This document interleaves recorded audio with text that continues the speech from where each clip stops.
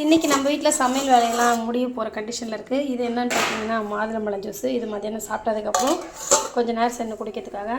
அடுத்து என்னென்னு இன்றைக்கி வந்து நம்ம எறா கிரேவி தாங்க செய்ய போகிறோம். இது வந்து சின்ன எறா, இது வந்து பெரிய எறா. இது வந்து எங்கள் வீட்டில் வந்து வறுத்து கொடுங்க அப்படின்னு சொல்லிட்டாங்க. அதனால் அவங்களுக்கு வந்து மசால் போட்டு வச்சுருக்கேன் வறுவலுக்கு.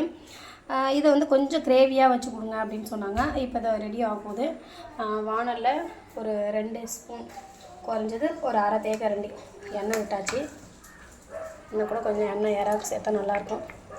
3 ஸ்பூன் எண்ணெய் விட்டுக்கோங்க, சூப்பராக இருக்கும். எண்ணெய் காஞ்ச உடனே பட்டை, கிராம்பு, ஏலக்காயெல்லாம் போட்டாச்சு.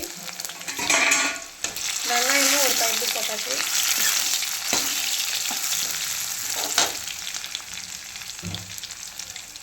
அப்புறம் ஒரு தக்காளி கட் பண்ணி வச்சுருக்கேன்.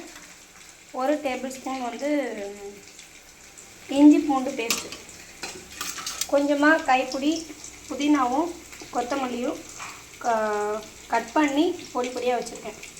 அவ்வளோதான். பாருங்கள் இன்றைக்கி எறா எப்படி. ஒரு தக்காளியும் 4 கருவேப்பிலை, 1 ஸ்பூன் இஞ்சி பூண்டு பேஸ்ட் எல்லாத்தையும் ஒன்றா போட்டு நல்லா வதக்கணும். பச்சை வாசம் போகிற அளவுக்கு நல்லா வதக்கணும். கரெக்டாக 1 டேபிள் ஸ்பூன் கல்லுப்பு போடணும். எறா பொறுத்த வரைக்கும் வெங்காய, தக்காளி, இஞ்சி பூண்டு பேஸ்ட்டு நல்லா வதங்கியிருக்கணும். பச்சை வாசம் போகிற அளவுக்கு நல்லா வதக்கினா தான் எறா போடுறதுல அவ்வளோ ஒரு டேஸ்ட்டாக இருக்கும்.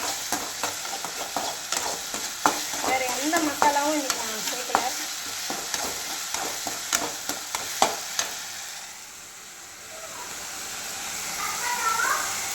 கால் டீஸ்பூன் தனி மிளகாத்தூள், 1 டேபிள் ஸ்பூன் வீட்டு மிளகாத்தூள், கொஞ்சமாக வாசனைக்கு பெருங்காயத்தூள். இப்போ இந்த எறா வந்து நம்ம இதில் ஆட் பண்ணிடலாம்.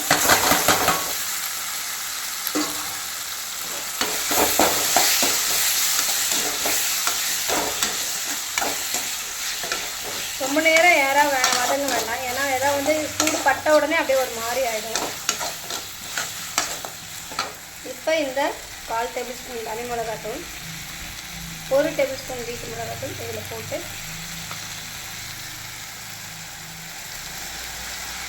கொஞ்சமாக பெருங்காயத்தூள் வாசனைக்கு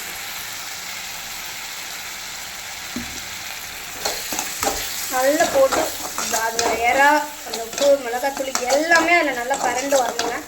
அப்போ தான் வந்து கிரேவி சூப்பராக இருக்கும்.